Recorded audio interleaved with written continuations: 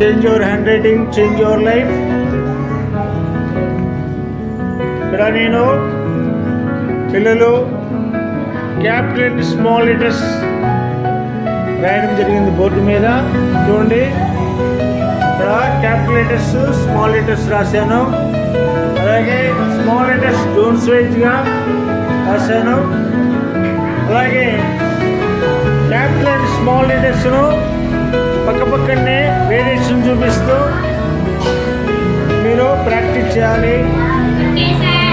అదే 21 days ఇప్పుడు మీరు లైన్స్ లీవ్ చేశారు కదా, ఆ లైన్స్ లీవ్ చేసిన లైన్స్ 5 లైన్స్ చూసి మీరు ప్రాక్టీస్ చేయాలి. కింద 5 లైన్స్, ఓకేనా?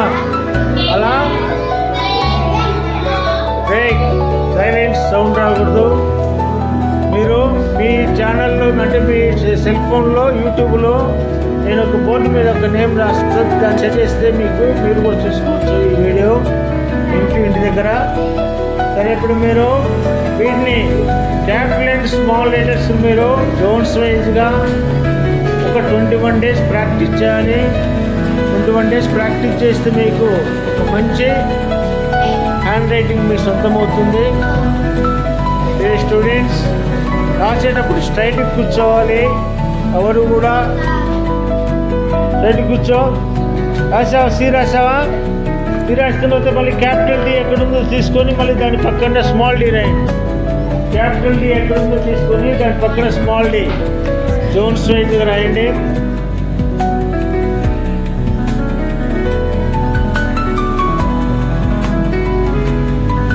Change your hand writing, change your life.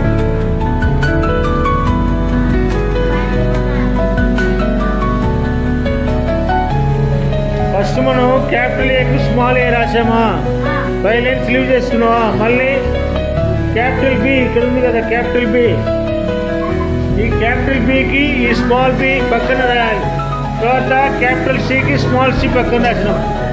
అలాగే సి తర్వాత ఏమొస్తుంది? ఈ డి తీసుకొని డి పక్కన ఈ డి స్మాల్ డి రాయాలి. అలా రాస్తూ వెళ్ళండి.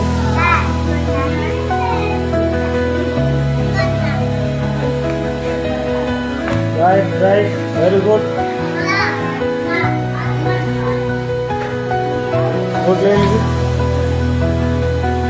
ఈ అక్షరాలు నేను వీడియోలో ఇస్తున్నా, చూడరా. Very good, super.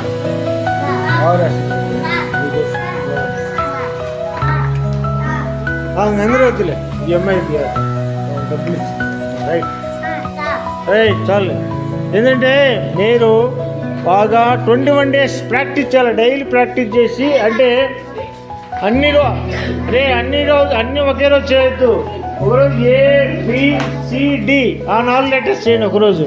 అలాగే ఒకరోజు EFG అట్లా రోజుకు 3 లెటర్స్ 4 లెటర్స్ ప్రాక్టీస్ చేయండి. సరేనా? అరే, practice makes a man perfect. రాసే యూట్యూబ్లో నేను చెప్తా. అరే, మీరు లైక్ చేయండి, సబ్స్క్రైబ్ చేయండి, బెల్ ఐకాన్ని క్లిక్ చేయండి, ఓకేనా?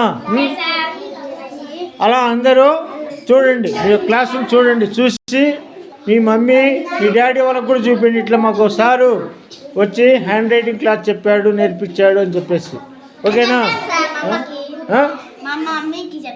చెప్పావా? సార్ 50 రూపాయలు ఫీజు ఇవ్వమన్నాడు.